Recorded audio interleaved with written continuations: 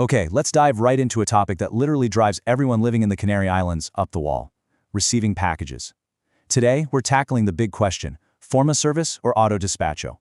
Welcome to The Explainer, where we are going to navigate Canary Islands customs together, completely decode the madness, look at the cold hard facts, and figure out exactly how you can make your life a whole lot easier. We all know the feeling, right? You're tracking your package online, you see it has finally landed on the islands, and you are eagerly waiting by the door. And then, boom! Instead of a friendly delivery driver knocking, you get this highly stressful SMS or email from the courier company. Suddenly, they're demanding a mountain of paperwork and quoting these absolutely absurd clearance fees. It genuinely feels like your package is being held hostage. Your pulse spikes, and let's be honest, you probably have no idea what is actually going wrong behind the scenes. So we're going to bring some total structure to this chaotic process.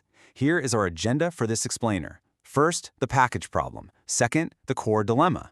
Third, the 4 importer types. Fourth, the reality check. And fifth, your next steps. Let's get into it. Section 1. The package problem. Why exactly is your package stuck in the first place?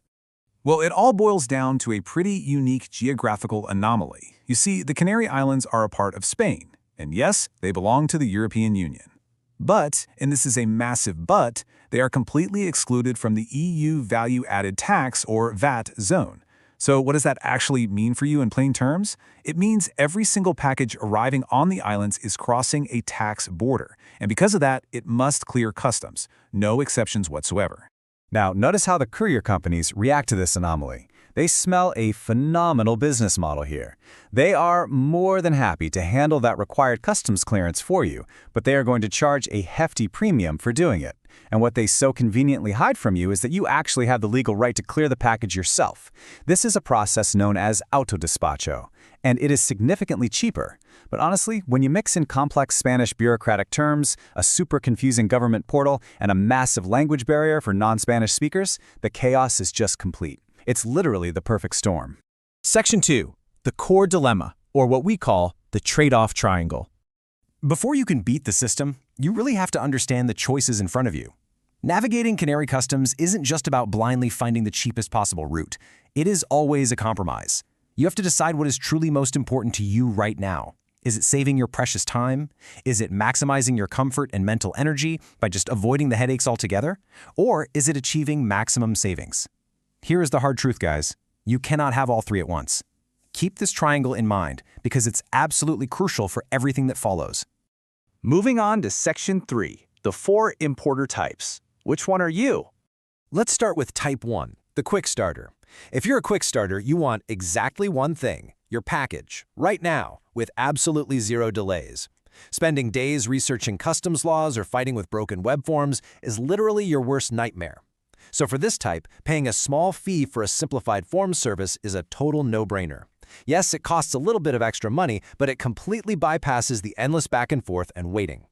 For the quick starter, speed is the ultimate winner. Then we have Type 2, the comfort seeker.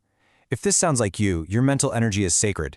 You're probably smart enough to figure out the government portal, sure, but you consciously choose not to. Just because you can do something yourself doesn't mean you have to, right? For the comfort seeker, paying a service to generate all that paperwork is just about keeping your mind clear. It's about smart delegation. You're handing a massive headache off to somebody else. Next up is Type 3, the deliberator. Honestly, this is probably the most common type out there. The deliberator really wants to hold on to their hard-earned cash, but they're deeply intimidated by the Spanish customs portal and all the dense bureaucratic language. They're just kind of stuck in the middle. So, if this is you, here is your game plan. First, contact the courier politely but firmly and simply state that you want to use auto despacho. It acts like a magic word. Suddenly, cheaper options or alternative routes might just appear. Only once all the options are actually on the table do you sit back, deliberate, and decide. Okay, do I do it myself or do I need to pay for a little help? And finally, Type 4, the DIYer. This is the undisputed champion of saving money. The DIYer wants maximum savings and outright refuses to pay a single unnecessary cent. They invest the time, they learn the entire process, and they take 100% control, logging directly into the government's tax portal themselves. Now, a DIYer might occasionally use a form-generating service, but only if it has a free tier to act as a kind of translation aid. Otherwise, they fly completely solo. So here is your ultimate cheat sheet. It perfectly aligns your personal priority with your absolute best strategy. If you prioritize speed, use a form service. If you prioritize convenience, use a form service. If you prioritize value, ask for auto despacho and then weigh your options. And if you prioritize maximum savings, you go full DIY auto despacho.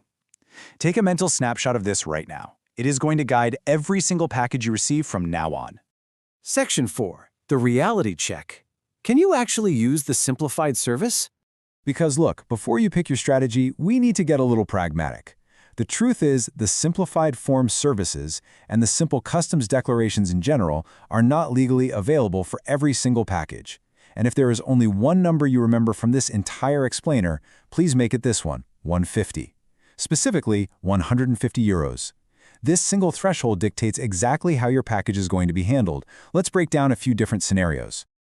Okay, here is the absolute ideal scenario.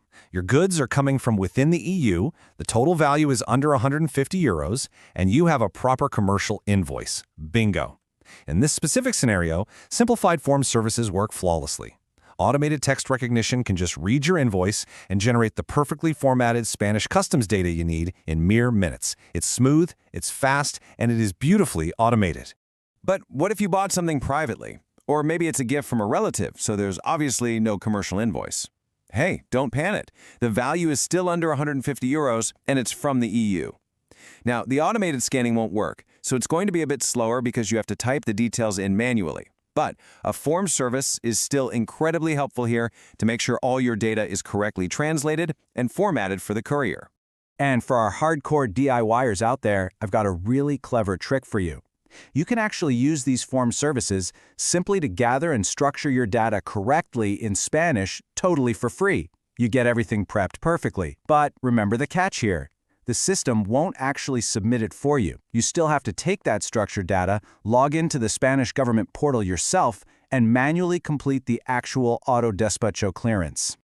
Now, we do have to talk about the hard stops. These are those highly frustrating situations where the simple systems will just flat out reject you. The first hard stop is origin. If your package comes from outside the EU, say a typical order from China or the US, you are currently blocked from the simplified service.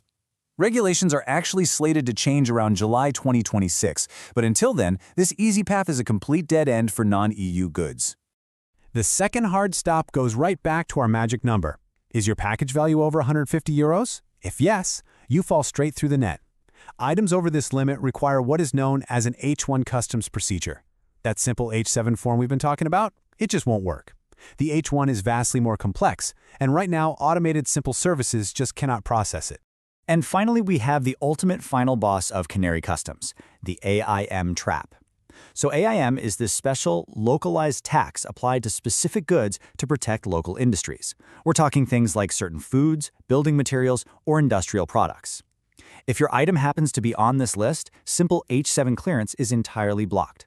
And the truly frustrating part about this? Because it relies on wildly complex tariff classifications, no automated system can guarantee 100% upfront whether your specific item is going to trigger this trap.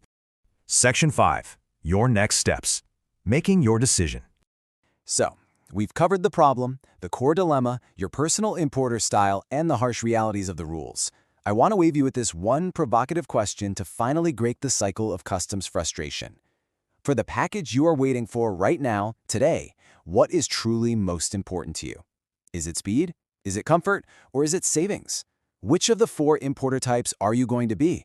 Make that choice, check if you meet that under 150 euro EU criteria, and take action. And hey, if you're still feeling stuck in the bureaucratic jungle, drop the details of your specific package in the comments below. Let's figure out your perfect path through the customs maze together. Thanks so much for joining me on this explainer, and we will catch you next time.